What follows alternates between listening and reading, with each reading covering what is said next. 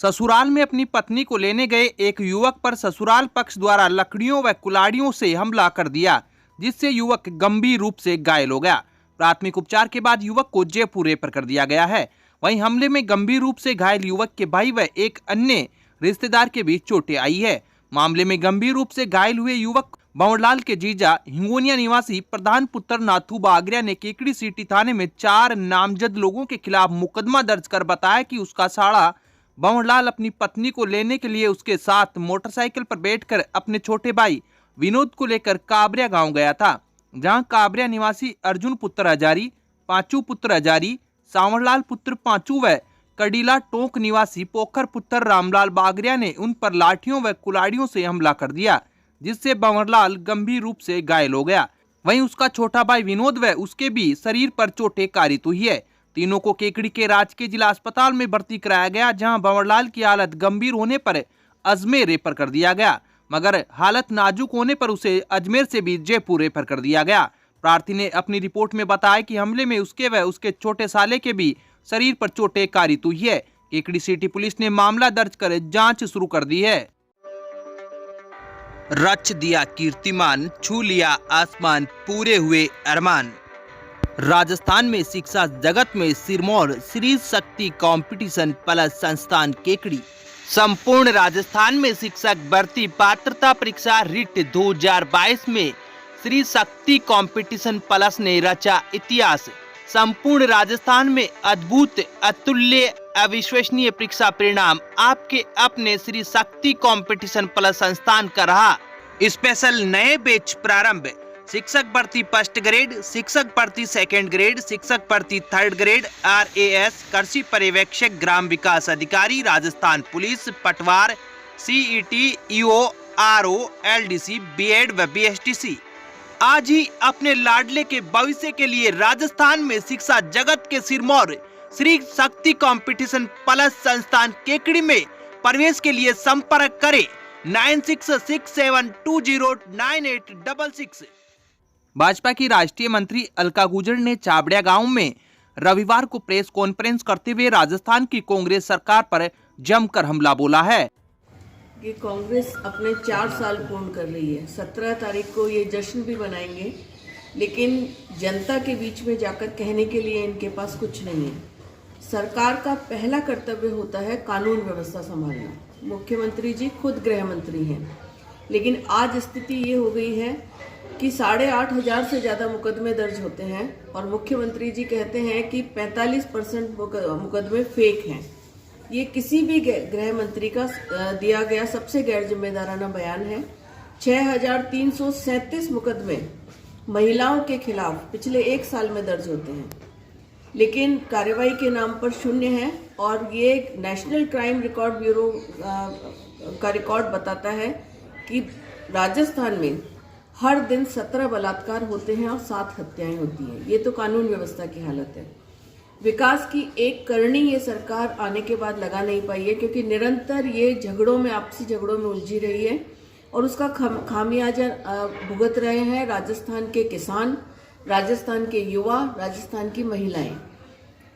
महिलाओं की स्थिति मैं आपको बता चुकी हूँ और युवाओं की स्थिति ये है कि इन्होंने घोषणा पत्र में कहा था कि हम रोजगार देंगे और बेरोजगारी भत्ता देंगे। भत्ता तो एक तरफ, रोजगार की जो वैकेंसीज निकलती हैं वो भी कहीं ना कहीं पेपर आउट होने के बाद अटक जाती हैं। आज बेरोजगार भी दिग्भ्रमित होकर घूम रहा है।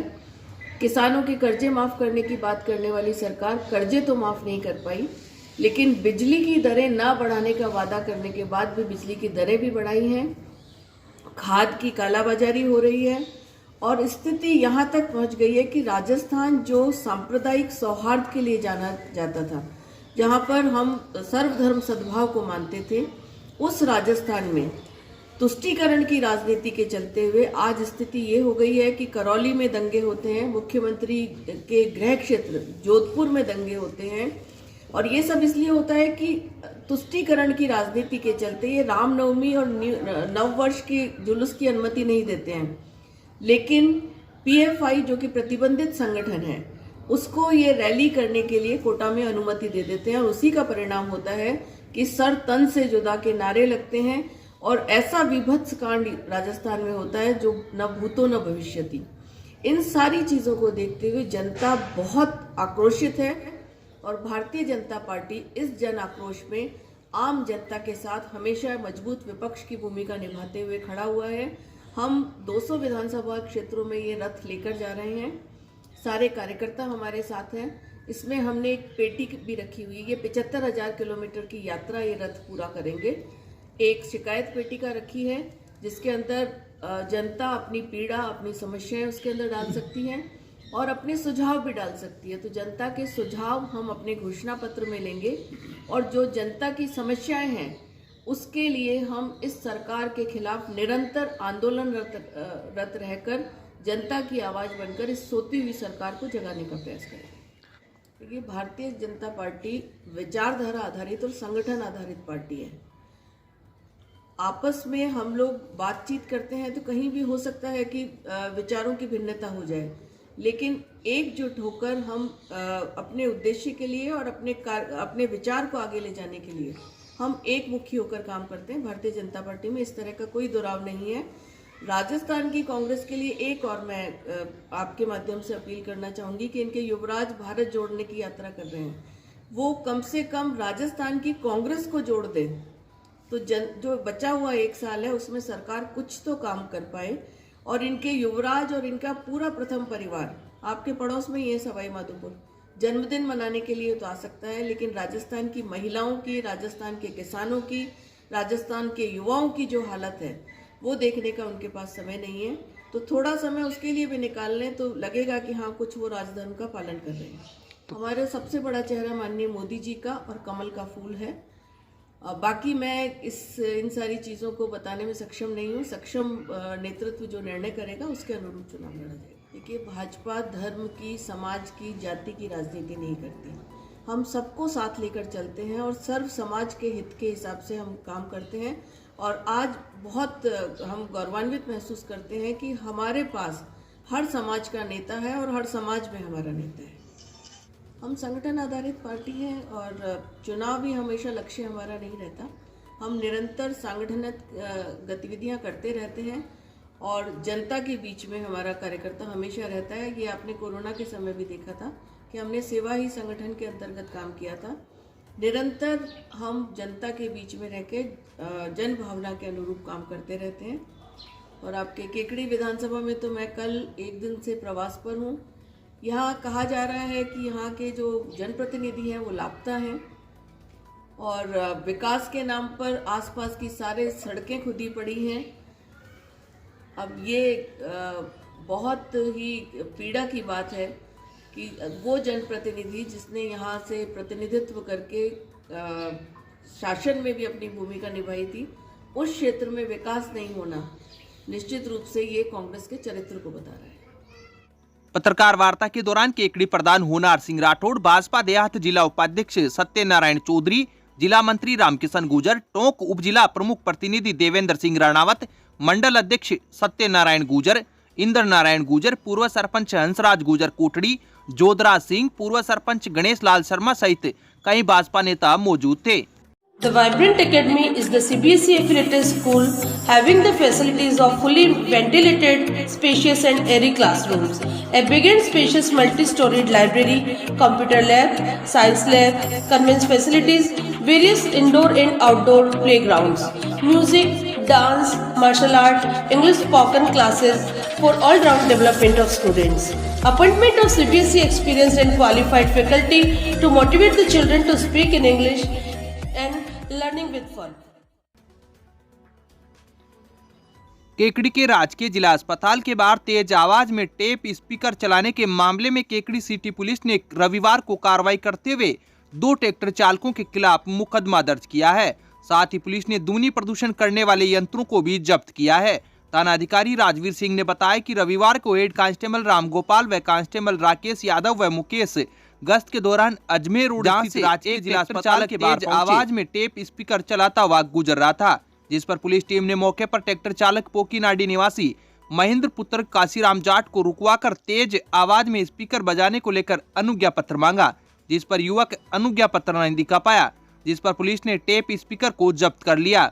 वहीं हेड कांस्टेबल किशन लाल जाट व कांस्टेबल राजेंद्र आचार्य व रामराज सामरिया ने भी रविवार को जिला चिकित्सालय के बाहर तेज गति से स्पीकर बजाते हुए ट्रैक्टर लेकर जा रहे युवक को रोककर अनुज्ञा पत्र मांगा, जिस पर युवक रामराज पुत्र बजरंग ने अनुज्ञा पत्र नहीं दिखाया, जिस पर पुलिस ने टेप स्पीकर जब्त कर लिया। केकड़ी सिटी पुलिस ने दोनों ट्रैक्टर चालकों के खिलाफ आरएनसी एक्ट के तहत मुकदमा दर्ज कर मामले की जांच शुरू कर दी है।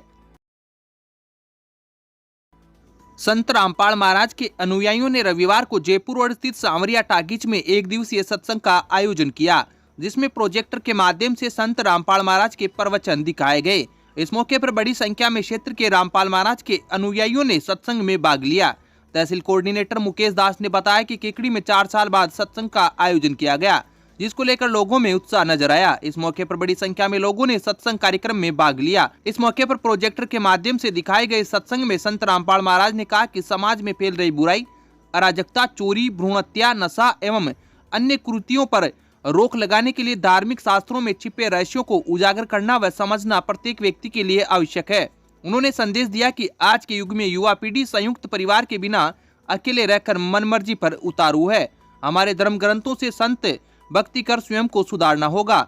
हमारे परिवार की बेटी सुखी व संपन्न होगी तो पूरा परिवार ही नहीं बल्कि समाज भी बहुत आगे बढ़ेगा। सत्संग के दौरान मुकेश दास, राजकुमार दास, मदन दास, शंकर दास, रविंद्र दास, मुकेश दास आदि अनुयायी मौजूद थे।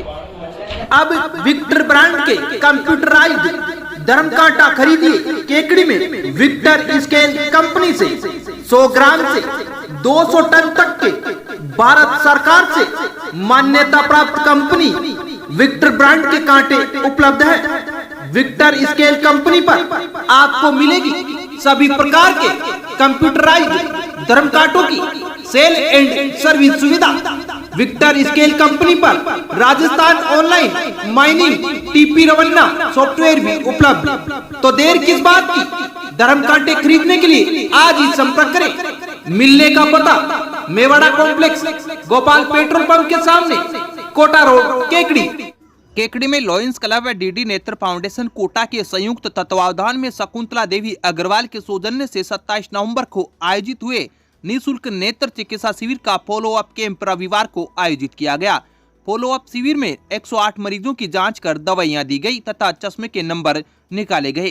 कोषाध्यक्ष विनय पांड्या ने बताया कि शिविर का शुभारंभ प्रोजेक्ट चेयरमैन एस अन्याती, अध्यक्ष राजेंद्र कुमार सोनी, पूर्व संभागीय अध्यक्ष डॉक्टर ब्रजेश गुप्ता, क्लब प्रशासक दिनेश गर्ग, उपाध्यक्ष राकेश जैन, निरंजन चौधरी, डॉक्टर निकिता मंडावत ने गणेश भगवान की मूर्ति के सामने दीप प्रज्वलित कर किया। लॉयंस क्लब केकड़ी के सचिव पुरुषोत्तम गर्ग ने बताया कि 108 मरीजों की जांच कर दवा प्रदान की गई व चश्मे के नंबर निकाले गए। उन्होंने बताया कि जिन मरीजों के चश्मे के नंबर निकाले गए हैं उन्हें आगामी 25 दिसंबर को निःशुल्क चश्मा प्रदान किया जाएगा।